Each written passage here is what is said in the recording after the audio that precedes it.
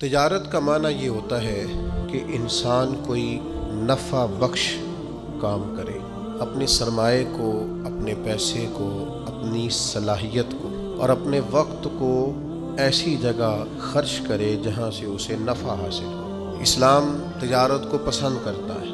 نبی کریم صلی اللہ تعالیٰ علیہ وسلم نے بھی تجارت کی اور تاجر کی حوصلہ افزائی فرمائی۔ انسان جد و جہد کرتا ہے، کوشش کرتا ہے کہ اس نے جو سرمایہ، جو وقت، جو صلاحیت کاروبار میں خرچ کیا ہے اسے اس سے نفع حاصل ہو۔ ایک تجارت سورہ صف کے اندر اللہ تعالیٰ نے بھی بیان فرمائی۔ اسلوب بڑا پیارا ہے، انداز بڑا انوکھا ہے، اور قرآن مجید کی آیات بڑی دلاویز ہیں جو انسان کی روح کو اپنی طرف کھینچتی ہیں۔ یا ایھا الذین آمنوا هل ادلکم علی تجارۃ تنجیکم من عذاب الیم۔ اے ایمان والو، کیا میں تمہیں ایک ایسی تجارت نہ بتاؤں جو تمہیں دردناک عذاب سے بچا لے؟ انداز دیکھیے کیسا انوکھا ہے اور ترتیب کیسی زبردست ہے۔ کیا ایک ایسی تجارت نہ بتا دوں جو تمہیں عذاب علیم سے محفوظ رکھے؟ قربان جائیں اس انداز تکلم کے اور فدا ہو جائیں رب کریم کے اس انداز کریمانہ پر، اس انداز رحمت پر۔ تمہیں وہ تجارت نہ بتائیں جو تمہیں دردناک عذاب سے بچا لے؟ تو وہ تجارت کیا ہے؟ فرمایا تؤمنون باللہ ورسولہ، اللہ اور اس کے رسول پر ایمان لاؤ۔ یہ تم نے انویسٹمنٹ کرنی ہے، یہ تم نے تجارت کے اندر اپنے آپ کو لگانا ہے۔ پہلا کام یہ کرنا ہے کہ اللہ اور اس کے رسول پر ایمان لاؤ۔ وَتُجَاهِدُونَ فِي سَبِيلِ اللَّهِ بِأَمْوَالِكُمْ وَأَنفُسِكُمْ، اور اللہ کے راستے میں جہاد کرو، اپنے مالوں کے ساتھ بھی اور اپنی جانوں کے ساتھ بھی۔ یہ چیزیں تم نے اس تجارت کے اندر لگانی ہیں۔ اور رب کہتا ہے پہلا سبق تمہیں یہ بتاتے ہیں کہ اگر تم یہ تجارت کرو گے نا، کہ اللہ رسول پر ایمان لاؤ گے، مال اور جان سے اس کے راستے میں جہاد کرو گے، تو ذالکم خیر لکم، یہ تمہارے لیے بہت بہتر ہے۔ ان کنتم تعلمون، اگر تم اسے جان لو، اگر سمجھ لو، اس کا علم پالو، اگر تمہیں اس سے آگہی حاصل ہو جائے کہ یہ کتنی بڑی تجارت ہے، تو ذالکم خیر لکم، یہ تمہارے لیے بہت بہتر چیز ہے۔ یہ کون فرما رہا ہے؟ کائنات کا رب فرما رہا ہے۔ تمہیں وہ تجارت بتاتے ہیں، تمہیں وہ سوداگری بتاتے ہیں، تمہیں وہ کاروبار بتاتے ہیں، وہ بزنس بتاتے ہیں۔ یہ تمہارے لیے بڑا بہتر ہے اگر تم حاصل۔ یا اللہ، پھر یہ کاروبار کرنے سے ملے گا کیا؟ آپ یقین کریں، لوگوں کو اچھے شعر پر بھی وجد ہوتا ہے، لوگوں کو خوشخبری پر بھی وجد ہوتا ہے۔ صوفیاء کہتے ہیں ان لفظوں پر، قرآن کی ان آیات پر ہمیں وجد ہوتا ہے۔ طبیعت، روح، مزاج، ذہن وہ جھومنے لگتا ہے۔ کریم فرمانے لگے اگر تم یہ کرو گے تو تمہیں ملے گا کیا؟ یغفر لکم ذنوبکم، اللہ تمہارے سارے گناہ معاف فرما دے گا۔ یغفر لکم ذنوبکم، اللہ تمہارے گناہوں کو صرف معافی ملے گی۔ ایک ہوتا ہے معافی بھی ملنا اور پھر پیار بھی ملنا۔ یا اللہ صرف معافی ملے گی؟ فرمایا اللہ تمہارے گناہ بخش دے گا۔ وَيُدْخِلْكُمْ جَنَّاتٍ تَجْرِي مِن تَحْتِهَا الْأَنْهَارُ، اور اللہ تمہیں اس جنت میں داخل کرے گا جس کے نیچے نہریں بہہ رہی ہیں۔ اس جنت میں مالک ایک تو یہ کہ معاف کر دے گا، اور دوسرا یہ کہ وہ جنت دے گا جس کے نیچے نہریں بہہ رہی ہیں۔ وَمَسَاكِنَ طَيِّبَةً فِي جَنَّاتِ عَدْنٍ، اور پاکیزہ محلوں میں تمہیں رکھے گا جو بسنے والے باغ ہیں، ایسی جنتیں جو آباد ہیں، ان جنتوں میں اللہ تمہیں داخل کرے گا۔ قربان جائے نتیجے کا بھی اعلان فرماتا ہے کریم رب۔ اس تجارت کے بارے میں اپنے بندوں کو یہ رہنمائی دیتا ہے، فرمایا ذالک الفوز العظیم، فرمایا یاد رکھنا یہ بہت بڑی کامیابی ہے۔ یعنی رب اگر تمہیں بخش دے، اگر اللہ تمہیں جنت عطا کرے، اللہ تمہیں بسنے کے مکانات اور محل عطا کرے، تو دینے والا دے کے کہتا ہے ذالک الفوز العظیم، یہ بڑی کامیابی ہے، یہ بہت بڑی۔ اگلی بات کروں آپ سے، آپ میرے اپنے ہیں نا، تو تھوڑی سی نفسیات میں جانتا ہوں لوگوں کی۔ بندے کا بڑا عجیب ذہن ہے کہ وہ کہتا ہے صرف جنت ہی ملے گی، یہ جو دنیا کے 60 سال ہیں یہ بیماری ہے انسانی اور نفسیاتی، تو تھوڑے بہت محل اسے دنیا میں بھی چاہیے۔ صرف جنت کے وعدے پر انسانی نفسیات مطمئن ہے۔ جنت فقط اصول جنت، میں ایسے ایسے روغن خیال لوگوں کی باتیں سنتا اور پڑھتا ہوں جو بیچارے بڑے ہی پریشان ہیں، کہتے ہیں مولوی صرف جنت کا وعدہ کرتا ہے۔ میں نے کہا نہیں، من عمل صالحا من ذکر او انثى وهو مؤمن فلنحيينه حیاتا طیبہ۔ میرا رب کہتا ہے جو بھی اچھے عمل کرے، چاہے مرد ہو چاہے عورت ہو، شرط یہ ہے کہ مومن ہو، فَلَنُحْيِيَنَّهُ حَيَاتًا طَيِّبًا، ہم اسے پاکیزہ زندگی عطا فرمائیں گے۔ زندگی بھی سونی ملے گی، شاندار، وزادار، باوقار، شانوں والی، نعمتوں والی، سعادتوں والی، برکتوں والی۔ شرط یہ ہے کہ مومنوں والی گزارے زندگی، شرط یہ ہے کہ ہو مومن، چاہے مرد ہو چاہے کرے اچھے عمل۔ زندگی بھی حیات طیبہ، نیری حیات نہیں، حیات میرا موضوع نہیں، ورنہ حیات طیبہ کے کچھ اور معنی بھی بیان کرتا، لیکن بس اتنا سمجھ لو جسے رب کہتا ہے نا حیات طیبہ، اس سے زیادہ سونی زندگی ہو کوئی نہیں سکتی، اس سے پاکیزہ وقت گزر سکتا۔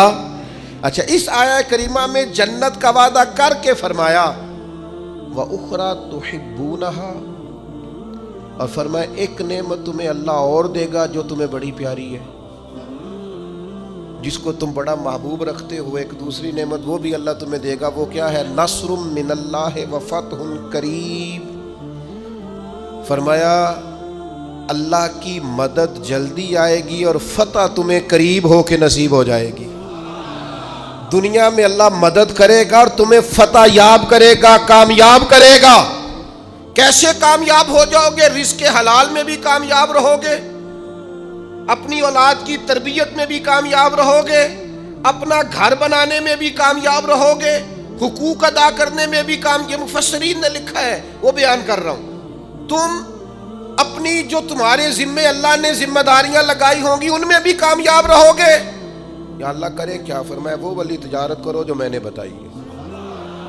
ایک تو ایمان لاؤ، دوسرا اللہ اور اس کے رسول کے رستے میں مالو جانوں سے نصر من اللہ وفتح قریب، اللہ کی مدد اور جلدی آنے والی تمہیں فتح نصیب ہوگی۔ یا اللہ جنت بھی مل گئی، دنیا میں بھی کامیابی مل گئی، تو آگے بھی کچھ ملے گا۔ فرمایا وبشر المومنین، اے محبوب مسلمانوں کو خوشخبری سنا دے۔ باقی جو سب سے قیمتی چیز یہاں ملی ہے وہ یہ ملی ہے کہ رب کہتا ہے اپنے نبی کی زبان سے تمہیں خوشخبریاں سناؤں گا، محبوب کی زبان نور سے خوشخبریاں۔ دو ہی کام ہیں زیادہ ضروری کرنے والے، دو باتیں بیان کی۔ ایک تو یا ایھا الذین آمنو کہہ کے نا، پھر فرمایا کہ تؤمنون باللہ ورسولہ، اللہ اور اس کے رسول پر ایمان لاؤ۔ ایمان والوں سے کہہ دیا ایمان لاؤ، یا ایھا الذین آمنو کہا شروع میں، اور دوسری آیت میں انہی ایمان والوں سے مطالبہ کر دیا کہ اللہ اور اس کے رسول پر ایمان لاؤ۔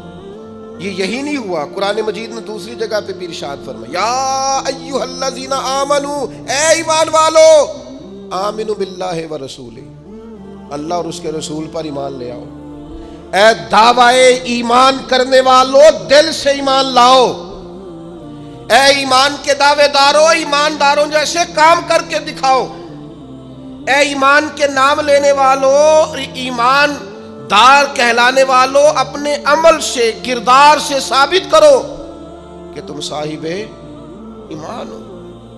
ایک ہوتا ہے دعوی ایمان، ایک ہوتی ہے صورت مومن۔ قرآن مجید میں جہاں بھی کہا نا ایمان والے، اس کے متصل کہا ایمان بھی لاؤ، وعاملوا الصالحات، اور نیک اعمال بھی کرو۔ تاجر وہ ہوتا ہے جو تجارت کرے، استاد جو ہوتا ہے جو سبق پڑھائے، خطیب وہ ہوتا ہے جو خطابت کرے، قاری وہ ہوتا ہے جو تلاوت کرے، عابد وہ ہوتا ہے جو عبادت کرے، اور مومن وہ ہوتا ہے جو اچھے اعمال کرے۔ اس کے ایمان کا تقاضا ہے کہ مومنوں جیسے عمل کرے۔ ایک تو یہ یاد رکھیں کہ اس کی کوئی مجسم صورت نہیں ہوتی ایمان کی، اپنے دل کے اندر ہر وقت ایمان کو تازہ کریں۔ میں بڑی معذرت کے ساتھ ایک بات عرض کروں گا، آپ نے توجہ کرنی ہے، جن لوگوں نے صورت مومن بنا لی ہے نا، وہ سیرت مومن بھی بنائے۔ اسلام کی کوئی مخصوص وردی نہیں کہ آپ نے وردی پہن لیا ہے تو آپ مسلمان ہو گئے۔ ایمان تو روح کا رشتہ ہے، وہ تو باطن کا تعلق ہے۔ نجاشی بادشاہ نے کلمہ پڑھ لیا تھا اپنے ملک میں، ایک دفعہ بھی حضور سے ملنے نہیں آیا، لیکن جب اس کا انتقال ہوا تو محبوب نے اس کے شہر کی طرف رخ کر کے فرمایا صفیں بناؤ، میں اس کا جنازہ پڑھوں گا۔ یہ جو تیرے باطن کا رشتہ ہے یہ مضبوط ہونا چاہیے۔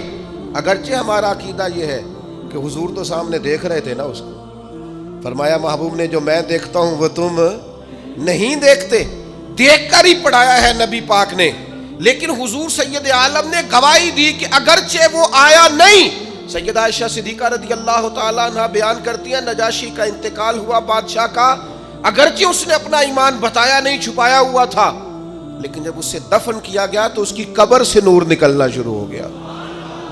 یاد رکھیں میرے بھائیوں، اپنی ایمان پر توجہ کریں، اپنے اعمال کو ایمان کے مطابق مرتب کریں،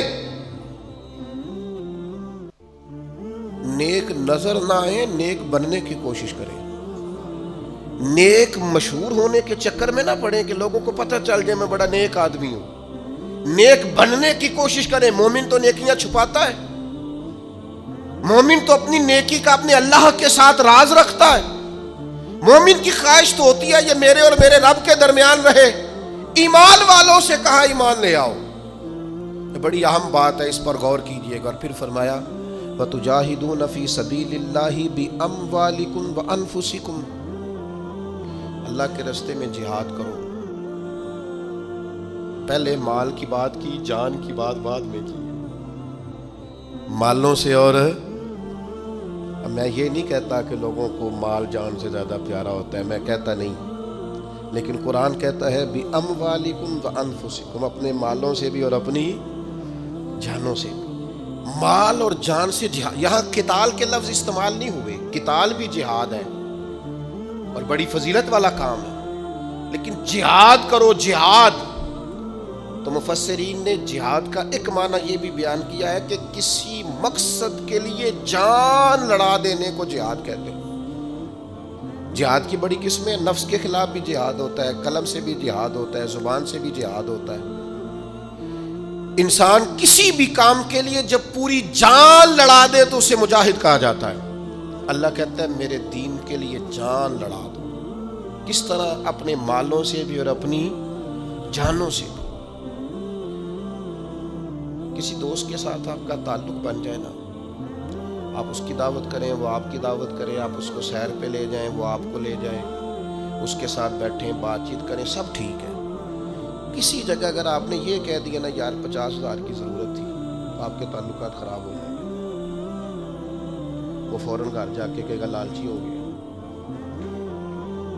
مجھے بڑا تجربہ ہوا زندگی میں اس بات کا کہ ہم نے مرکز کی تعمیر سٹارٹ کی تو جو لسٹیں ہم نے اپنے ذہن میں بنائی ہوئی تھی وہ فیل ہو گئی ساری۔ تعلقات آپ کے اتنی دیر قائم رہتے ہیں جتنی دیر آپ کسی کو کوئی مالی جانی کام آپ بتا کے دیکھیں، الجھ جاتے ہیں لوگ، پریشان ہو جاتے ہیں۔ یہ جہاد مشکل ہے لیکن یہ آسان تھا، بڑا آسان تھا۔ کن کے لیے؟ جن کے ایمان مضبوط تھے، یعنی حضرت صدیق اکبر تن کے کپڑے بھی اتار کے لے آئے حضور کی بارگاہ میں، ہر چیز لا کے پیش کر دی، سر پہ ٹوپی کوئی نہیں، پیروں میں جوتا کوئی نہیں، ٹاٹ کا لباس، اور کانٹے لے کے ان کے ساتھ اس ٹاٹ کے لباس کو سیا ہوا ہے، لا کے حضور کی بارگاہ میں سارا کچھ جب رکھ دیا تو حضرت جبریل امین حاضر بارگاہ ہوئے، عرض کی یا رسول اللہ، رب فرماتا ہے، رب فرماتا ہے، یعنی خدا بندے سے خود پوچھے، رب فرماتا ہے کہ ابو بکر سے پوچھ کے بتائیں اپنے رب سے راضی ہے کہ ناراض ہے۔ یہ اللہ تو جانتا ہے، لیکن یہ لوگوں کو بتانا ہے کہ بندہ مومن کی، اس امت کے پہلے درویش کی شان کس طرح کی ہے۔ حضرت صدیق اکبر رو کے عرض کرنے لگے یا رسول اللہ، میں اپنے رب سے بڑا ہی راضی ہوں، سارا کچھ دے کے قربان کر کے لٹا کے بڑا ہی راضی ہوں، بیاں ہو کس زباں سے مرتبہ صدیق اکبر کا کہ محبوب خدا محبوب ہے صدیق اکبر کا، اور لٹایا راہ حق میں گھر کئی بار اس محبت سے، کئی بار اس محبت سے لٹایا راہ حق میں گھر کئی بار اس محبت سے کہ لٹ لٹ کر حسن گھر بن گیا صدیق اکبر کا۔ اللہ کے نام پہ نا، اللہ کے نام پہ۔ میں آپ کی خدمت میں عرض کروں، چھپی ہوئی نیکیاں بڑی قیمتی ہوتی ہیں، جن کا کسی کو پتہ نہ ہو، اصل میں وہ خزانہ ہوتا ہے۔ سچ بتانا، ہمارے پاس جو پیسہ سرمایہ ہوتا ہے اس کا کسی کو پتہ ہوتا ہے؟ بالا نے بھی پوری گل نہیں دسی دی، ان کا کسی کو پتہ نہیں ہوتا۔ اگر نیکی کو خزانہ سمجھتے ہو تو پھر کسی کو پتہ نہیں ہونا چاہیے، اور اگر آپ بتاتے کون سی چیز ہے جس کی کوئی اہمیت معاذ اللہ نہ ہو تو نیکیاں بتاتے ہو، کیا سمجھتے ہو نیکیوں کو؟ کر کے لوگوں کے سامنے اظہار کرتے ہو، کیا تم نے سمجھا ہے عبادت کو؟ دکھاتے پھرتے ہو، اظہار کرتے ہو، لوگوں کو بتا دیتے ہو میں نے یہ کام کیا ہے۔ اس کا مزہ لینا شروع کرو۔ نیکی کا سرور ہوتا ہے، کیف ہوتی ہے، لذت ہوتی ہے نیکی کی، ایک ایمان کا ایک ذائقہ ہوتا ہے، وہ ذائقہ انسان کو آنا چاہیے، اس کا مزہ انسان کو پوری طرح۔ یعنی حضرت عبداللہ ابن عمر رضی اللہ تعالیٰ عنہ کے نا کچھ ملازم تھے، خدام، غلام، اس زمانے بڑے مہنگے غلام خریدے جاتے تھے، تو وہ غلام کیا کرتے، وہ لمبی لمبی نمازیں شروع کر دیتے، نفل پڑھنے شروع کر دیتے۔ جو غلام زیادہ نفل پڑھتا حضرت عبداللہ ابن عمر آزاد کر دیتے۔ اب غلاموں کو کمزوری کا پتہ چل گیا، وہ لمبے نفل پڑھتے، آپ آزاد کر دیتے۔ ایک دن آپ کا بیٹا کہنے لگا ابا جی یہ نا آپ کے سامنے بڑے عابد بنتے ہیں، زاہد بنتے ہیں، آپ مہربان لوگ ہیں، آپ آزاد کر دیتے ہیں، بعد میں پتہ نہیں پوری 5 بھی پڑھتے ہیں کہ نہیں، دھوکہ دیتے ہیں آپ کو۔ حضرت عبداللہ ابن عمر کھول کے روئے، فرمانے لگے مجھے میرے رب کے نام پہ دھوکہ دیتے ہیں، میں تیار ہوں دھوکہ کھانے کو، ان سو کو روز دھوکے دیں، اس کے نام پہ دھوکہ دیتے ہیں نا، میں تیار ہوں۔ اللہ کے نام پہ دھوکہ دیتے ہیں، بسم اللہ، میں حاضر ہوں، میں تیار ہوں۔ بہت پہلے میں نے بات سنائی تھی، آج میرا دل کرتا ہے پھر سناؤں۔ حکیم الامت مفتی احمد یار خان صاحب نعیمی رحمۃ اللہ علیہ نے تفسیر نعیمی میں لکھا ہے، جب اللہ تعالیٰ نے حضرت ابراہیم علیہ السلام کو بہت سارے اونٹ دیے، بہت ساری بکریاں دی، بہت ساری گائیں دی، اور ساتھ کہا واتخذ اللہ ابراہیم خلیلا، ہم نے ابراہیم کو دوست بنایا ہے، تو فرشتے کہنے لگے یا اللہ جسے اتنا کچھ دے اس نے دوست تو بننا ہی ہوتا ہے۔ فرشتے نے کہا نا، انہوں نے پہلے بھی کہا تھا نا کہ یا اللہ یہ خون ریزیاں کریں کہ زمین میں اگر تو بنائے گا تو، فرمایا جاؤ جا کے میرے ابراہیم کا امتحان کر لو۔ فرشتہ آ گیا، اور آ کے اس نے کیا کیا، وہ بیٹھ گیا، بڑی بڑی فصل تھی اس کے بیچ، اور بیٹھ کے اس نے تسبیح پڑھنی شروع کر دی، سبحان اللہ والحمد للہ لا الہ الا اللہ واللہ اکبر، اللہ کا ذکر شروع کر دیا۔ نا علماں وچ پھسا سانو تو یار دی گل سنا سانو، وہ ذکر کر رہا ہے۔ حضرت ابراہیم علیہ السلام نے مچلتے دوڑ، ادھر دیکھو میری طرف، بندہ خود کتنا بھی ذاکر کیوں نہ ہو، کبھی کبھی کسی کے منہ سے یار کا ذکر بڑا ہی پیارا لگتا ہے۔ میں نے ایک محفل میں حاضر تھا تو نعت کا نعت پڑھ رہا تھا، تیری نسبت نے سوارا میرا انداز حیات، میں اگر تیرا نہ ہوتا سگے دنیا ہوتا، سگ کا معنی کتا، اگر تیرا نہ ہوتا تو دنیا کا کتا ہوتا، میں بھی کہیں مال کما رہا ہوتا، میں بھی کہیں چکر میں پڑا ہوتا، تیری نسبت نے سوارا میرا انداز حیات، میں اگر تیرا نہ ہوتا تو کوئی سگے دنیا ہوتا۔ تو میری طرح کے کئی لوگ تھے جو کچھ نہیں ہے اور اس کے نام پر بڑا کچھ ہے، تو وہ دل تھوڑا لگ سا گیا، کیفیت بن گئی، کوئی آنسو درد بن کے ٹپکنے لگے۔ میرے ساتھ ایک دوست بیٹھے تھے، میں نے ان سے کہا یار آج بڑا مزہ آیا نعت، وہ مجھے کہنے لگے نعت خانے 40,000 لے آج۔ میں کہا تو چٹ کو کھلو جانا سی، پہلے دیندے ہو پھر شکوے کردے ہو، اور میں نے کہا ذرا ٹھہر جا، ٹھہر کے بتا، تھوڑا مزہ تو لے لینے دے، کبھی کبھی کسی کے منہ سے سننا اچھا بڑا لگتا ہے۔ کہنے لگا جی نہیں یہ ہوتا ہی نہیں، جن دن پہلوں کرائیے نا۔ میں پھر دیکھیں نا کبھی کبھی ذوق عروج پہ ہوتا ہے، میں نے اسے کہا بات سن میری، میں بھی خلاف ہوں یہ جو ڈیمانڈ کرتے ہیں، جو دیتے ہیں، بڑا غلط کرتے ہیں، لیکن آج جتنا اس نے مزہ دیا ہے نا 40,000 تھوڑا ہے۔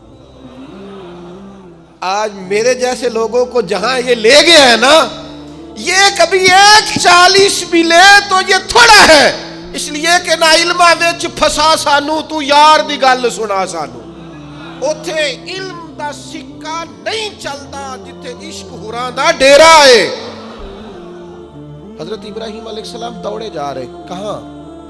وہ کوئی میرے رب کی یاد کر رہا، کوئی اس کی پاکیزگی، تسبیح، تحلیل، تکبیر بیان کر رہا۔ اللہ کے خلیل کھڑے ہو گئے، فرشتہ تھا انسانی شکل میں، چپ کر گیا، فرمایا یار ایک دفعہ پھر نہیں ذکر کرتا میرے رب کا؟ کہنے لگا پہلے مرضی سے کر رہا تھا، اب آپ کہتے ہیں تو جتنے آپ کے پاس بکریاں ساری لے لوں گا۔ فرمایا بس جا تیری ہوئی تو مجھے میرے رب کا ذکر سنا۔ یہ ذرا تجارتیں دیکھو، سودے دیکھو، تیری ساری ہوں۔ اس نے تھوڑی دیر ذکر کیا، چپ کر گیا، فرمایا دوبارہ ذکر کرنا میرے رب کا۔ کہنے لگا وہ ہو گیا، پہلے پیسے پورے ہو گئے آپ کے۔ فرمایا اب؟ کہنے لگا جتنی گائیں بھینسیں آپ کے پاس ہیں ساری لوں گا۔ فرمایا تیری ہوئی۔ اس نے تھوڑی دیر ذکر کیا، پھر چپ کر گیا۔ فرمایا اب کیا چاہیے؟ کہنے لگا صرف اونٹ بچے ہیں، سارے دے دو، اللہ کا ذکر سنا دیتا ہوں۔ فرمایا تیرے ہوئے سارے، میرے رب کا ذکر سنا۔ وہ پھر چپ کر گیا۔ آپ نے فرمایا اور ذکر کر، یہ دیکھو تجارت ہو رہی ہے، کاروبار ہو رہا ہے۔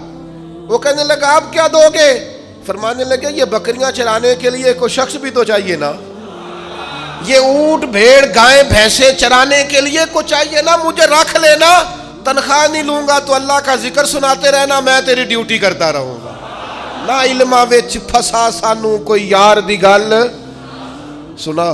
تو وہ فرشتہ اوہو تردامنی پہ شیخ ہماری نہ جائیے، ہم کبھی دامن نچوڑ دیں تو فرشتے وضو کریں۔ وہ فرشتہ تھا، فرشتوں کے آنسو نہیں آیا کرتے، فرشتوں میں وہ درد نہیں ہوتا، وہ معصوم مخلوق ہے اللہ کی۔ فرشتہ کھڑے ہو کے کہنے لگا مالک میں گواہی دیتا ہوں یہ شخص اس قابل ہے کہ اسے اللہ کا خلیل بنایا جائے، یہ اس قابل ہے کہ خلیل اللہ بنے۔ واتخذ اللہ ابراہیم خلیلا۔ یار ساری زندگی صرف وہی تجارت کرنی ہے کہ لاکھ کے 2 ہو جائیں؟ کوئی ایسی تجارت بھی کرو نا، کوئی ایسا سودا بھی کرو نا۔ قحط پڑ گیا نا مدینہ منورہ میں، مکہ معظمہ میں، فصلیں نہیں ہو رہی، حالات خراب ہیں۔ اور آپ کو پتہ ہے جو چیزیں شارٹ ہو جاتی ہیں پھر ان کے دام بھی، یہ سیلاب آیا تھا تو خیمے مہنگے کر دیے تھے مسلمانوں نے، لوگوں کو خیموں کی ضرورت تھی تو خیمے، یہ کرونا آیا تھا تو مسلمانوں نے ماسک مہنگے کر دیے تھے کیونکہ مجبوری تھی نا، لوگوں نے لینے تھے۔ میں مسلمانوں کی بات کر رہا ہوں چونکہ یہاں قبضہ غیروں کا، حکومتوں کی میری بات نہیں کر رہا۔ جو چیز شارٹ ہو جاتی ہے اسے کیا کرتے ہیں؟ اسے مہنگی کر دیتے ہیں۔ قحط ہو گیا، غلہ مہنگا ہو گیا۔ حضرت عثمان غنی رضی اللہ تعالیٰ عنہ نے کسی ملک سے 10 اونٹ غلے کے بھرے ہوئے بوریاں لدی ہوئی منگائے۔ تاجر آگے کہنے لگے عثمان آپ بڑے تاجر ہیں تو اس زمانے میں آپ کا مال آ رہا ہے تجارت کا، تو آپ، ہم مال نہیں دیکھتے، جو ہے نا اندر، جو جس طرح کا بھی ہے، جتنی قیمت آپ نے بتائی ہے وہ بھی آپ پر اعتبار کرتے ہیں، اس سے ڈبل لے لیں۔ تو عثمان غنی فرمانے لگے میں نے سودا پہلے کر لی، سیانے تاجر تھے نا، اس طرح کی بھی تجارتیں ہوتی ہیں۔ فرمایا میں نے سودا کر لیا ہے، مجھے تو اس سے زیادہ ملتا ہے۔ ایک تاجر بولا، کہنے لگا چلو 3 گنا لے لیں۔ آپ نے فرمایا یار میں نے تمہیں بتایا تو ہے، میرا سودا ہو گیا، مجھے زیادہ ملا ہے۔ ایک نے کہا 4، ایک نے کہا 5، بالآخر کہنے لگے اس سے زیادہ تو کوئی دے ہی نہیں سکتا، ہم بھی جانتے ہیں سارے مکے کو، سارے مدینہ طیبہ کو، اتنا بڑا تاجر ہی کوئی نہیں، آپ کو کتنا مل رہا ہے؟ فرمایا 700 گنا۔ وہ کہنے لگے جی یہ سوال ہی نہیں پیدا ہوتا، آپ بندے تو بڑے سچے ہیں، پتہ نہیں آپ کیا کہہ رہے ہیں۔ اٹھ کے چلے گئے، مال آ گیا۔ حضرت عثمان غنی رضی اللہ تعالیٰ عنہ نے مدینہ شریف میں اعلان کرایا جس غریب کے پاس غلہ کوئی نہیں آ کے لے جائے۔ وہ تاجر پھر آئے کہ جناب سمجھ نہیں آئی، آپ تو کہتے تھے میں نے سودا کر لیا ہے۔ عثمان غنی فرمانے لگے دنیا دار ہو نا وہیں اڑے ہو، میں نے واقعی سودا کیا ہے پر کیا اپنے رب کے ساتھ ہے، میرا مالک 700 گنا اجر دے گا، وعدہ ہے اس کا۔ اس کے بھوکے بندوں کو، غربا کو، مساکین کو، یتیموں اسیروں کو کھلاؤں گا تو 700 گنا۔ ساری تجارتیں بندوں سے نہیں ہوتی، کچھ تجارتیں رب سے بھی ہوتی ہیں۔ کچھ سودے ایسے ہیں جو اللہ کے ساتھ ہوتے ہیں، جو رسول کائنات کے ساتھ ہوتے ہیں، لہذا ہم نے سودا کر لیا ہے، تجارت ہو گئی۔ یہ بڑی قیمتی تجارت ہے۔ وہ تاجر کہنے لگے عثمان اللہ تمہارے ایمان میں اور مضبوطی پیدا فرمائے۔ کیا جب لوگ ریٹ بڑھا کے چیزیں بیچ سکتے ہیں، آپ نے فری کر دی ہیں، فی سبیل اللہ کر دی۔ دوستو کچھ تجارتیں ایسی ہیں جو اللہ کے ساتھ بھی کرو، کچھ سودے ایسے ہیں جو قیامت کے لیے بھی بچا کے رکھو۔ کچھ چیزوں کا آپ یقین کریں جہاں جس کا جو بھی تعلق ہے صرف دنیا کے لیے، صرف دنیا داری سیدھی کرتے ہیں۔ مرشد کے ایک میں نے بات کرنی ہے، اور وہ میرے دوست بڑے مجھ سے پیار کرتے ہیں اور میں بھی بڑا ہی پیار کرتا ہوں۔ مسجد میں بیٹھا ہوں اور باوضو ہوں اور دیانتداری سے کہہ رہا ہوں مجھے اپنے سنگیوں سے بڑا ہی پیار ہے۔ لوگ کہتے ہیں پیر جھوٹے ہیں، جعلی ہیں۔ میرا کہنا یہ ہے کہ مرید بھی بڑے جعلی ہیں۔ وہ پیر صاحب سے آ کے کہتے ہیں میری دنیا داری نہیں چل رہی، کوئی دعا کر دے۔ دنیا داری سے پیر کا کیا تعلق؟ یہ تو نے جا کے مشورہ کسی تاجر سے کر لینا تھا، پیسے کیسے کمایا جاتا ہے۔ جعلی مریدی کرتے ہو، جس سے صرف اللہ رسول کے لیے رشتہ رکھنا چاہیے تھا اس سے دنیا داری کا رشتہ رکھتے ہو، اس سے وہ والا تعلق بناتے ہو جس سے تھوڑی دنیا چمکے، لوگوں کو پتا چلے میرا تعلق ہے، میرا رابطہ ہے۔ حضرت سلطان باؤ رحمت اللہ علیہ رو کے کہنے لگے، کسی نے کہا تھا حضور بڑے مرید ہیں آپ کے، تو حضرت سلطان باؤ رو پڑے، فرمانے لگے رب دا طالب کوئی نہیں ملیا، اے جو ملیا طالب زردہ ہو۔ یہ دنیا کے طالب ملے، دنیا کے، یہ یہاں بھی آتے ہیں نماز پڑھوں تو رزق میں برکت ہو جائے، نماز پڑھوں تو کاروبار چل جائے، اللہ اللہ کروں تو میرا فلانا کام ہو جائے، کوئی وظیفہ بتا دے مشکلیں حل ہو جائے۔ او یار وہ بھی تو وظیفہ پوچھنا جس سے اللہ راضی ہو جائے، وہ بھی تو وظیفہ پوچھنا جس سے حضور کی محبت نصیب۔ رب دا طالب کوئی نہ ملیا، جو ملیا طالب زردہ ہو۔ سہ نفل نمازاں پڑھیاں، ظالم نفس نہ مردہ ہو، بانج فقیروں کسے نہ ماریا، اے ہوئی چور اندر دا ہو۔ خدا کے بندو کس طرح کا تعلق، کس طرح کا لینا دینا۔ میرے حضور قبلہ عالم رحمت اللہ تعالیٰ علیہ فرمایا کرتے تھے دوستو مجھے دنیا کا کام کوئی نہ بتانا، میں نے اپنے رب سے کہہ دیا ہے کہ ان کے دنیاوی مسئلے ویسے ہی حل رکھنا، انہیں مجھے کہنا ہی نہ پڑے۔ دنیا کے مسئلے نہ بتانا، مجھ سے اللہ رسول کی بات پوچھنا، کیونکہ میں چھوٹا سا طالب علم ہوں دین کا، میں تمہیں اللہ رسول کی بات بتانا چاہتا ہوں۔ کیا کریں؟ یہ والی تجارت کرو اللہ کے ساتھ، یہ والا رشتہ بناؤ۔ ایک خاص بات اور آپ سے کرنی ہے، ایک بہت بڑی تجارت، ذہنی تجارت بھی ہے۔ اللہ کی رحمت کی امید کبھی نہیں چھوڑنی، یہ انویسٹمنٹ کرنی ہے کہ کبھی، آپ کو پتہ ہے رحمت الہی کی امید رکھنا واجب ہے، یعنی یہ ظنی مسئلہ نہیں، یہ ضروریات دین کا مسئلہ ہے، اور یہ امید آخر تک نہیں ٹوٹنی چاہیے۔ ہر وقت رحمت کی امید رکھیں، ہر وقت کرم کی، یہ ذہن بنائیں۔ پھر دیکھیں اس پر نتیجے کتنے۔ امام قرطبی روایت لائے ہیں، فرماتے ہیں 2 بندوں کو قیامت والے دن نہ حکم ہوگا چلو دوزخ میں، تمہارے اعمال ایسے ہیں جس پر فیصلہ جہنم کا ہے۔ دونوں بندے ہیں، ایک نے دوڑ لگا دی دوزخ کی طرف، دوڑتا جا رہا ہے تیزی سے، اور دوسرا نہ ایک قدم آگے رکھتا ہے پھر پلٹ کے پیچھے دیکھتا ہے، پھر ایک قدم آگے رکھتا ہے، فرشتے لے جا رہے ہیں، پھر پلٹ کے پیچھے دیکھتا ہے۔ دوزخ کا دروازہ آ گیا، رب کریم کی آواز رحمت آئی، انہیں واپس بلاؤ نا، دونوں کو واپس بلایا۔ سارا کچھ جاننے والا رب پوچھتا ہے، وہ جو دوڑ کے گیا تھا اس سے پوچھتا ہے دوڑ کے کیوں گیا تو؟ وہ کہتا ہے مالک زندگی میں تیری مانی کوئی نہیں، سوچا چلو آج ہی مان لوں۔ اللہ کی رحمت کو جوش آیا، فرمایا اسے تو بھیجو نا جنت میں، چلو اس وقت ہی صحیح اطاعت کا جذبہ تو بیدار ہوا نا۔ دوسرے سے پوچھا بھائی تو کیوں نہیں جا رہا تھا؟ وہ کہنے لگا مالک میری ساری زندگی امید رہی ہے کہ میرے رب نے معاف کر دینا، معافی مل جانی ہے، کرم ہو جانا ہے، فضل ہی ہونا ہے۔ یہ جو لوگ کہتے ہیں نا جی اوہو قدم آگے رکھتا ہوں میرا پیچھے جاتا ہے، تو بھئی اللہ کا فیصلہ، اگر پیچھے جانا ہے تو اس پہ خوش ہو جا، تو خدا کی رحمت پر امید تو کر، جو اللہ فیصلہ کرے گا کرم والا ہوگا۔ وہ عرض کرنے لگا مالک فرشتے مجھے لے جاتے تھے پر میرے اندر سے آواز آتی تھی رب کریم ہے، آواز کرم آ جائے گی۔ مالک دوزخ کا دروازہ آ گیا پر میری امید ٹوٹی نہیں، میری قائم رہی، اور جب تیری آواز رحمت آئی نہ کہ آ جا، تو پھر میرے اندر سے وہ عقیدہ اور تگڑا ہوا، دیکھا نا بلا لیا نا تیرے رب نے، آ گئی نا رحمت کی آواز، بلا لیا نا۔ تو اللہ کریم نے فرمایا فرشتوں اس کے سارے گناہوں پر قلم پھیر دو، جو میری رحمت کی اتنی امید رکھے اسے دوزخ میں نہیں جنت میں داخل کیا جاتا ہے۔ یہ والا سودا ضرور کریں، ذہنی طور پر تھکاوٹ کا شکار نہ ہوں، کمزور نہ پڑیں، طاقتور ہوں، طاقتور۔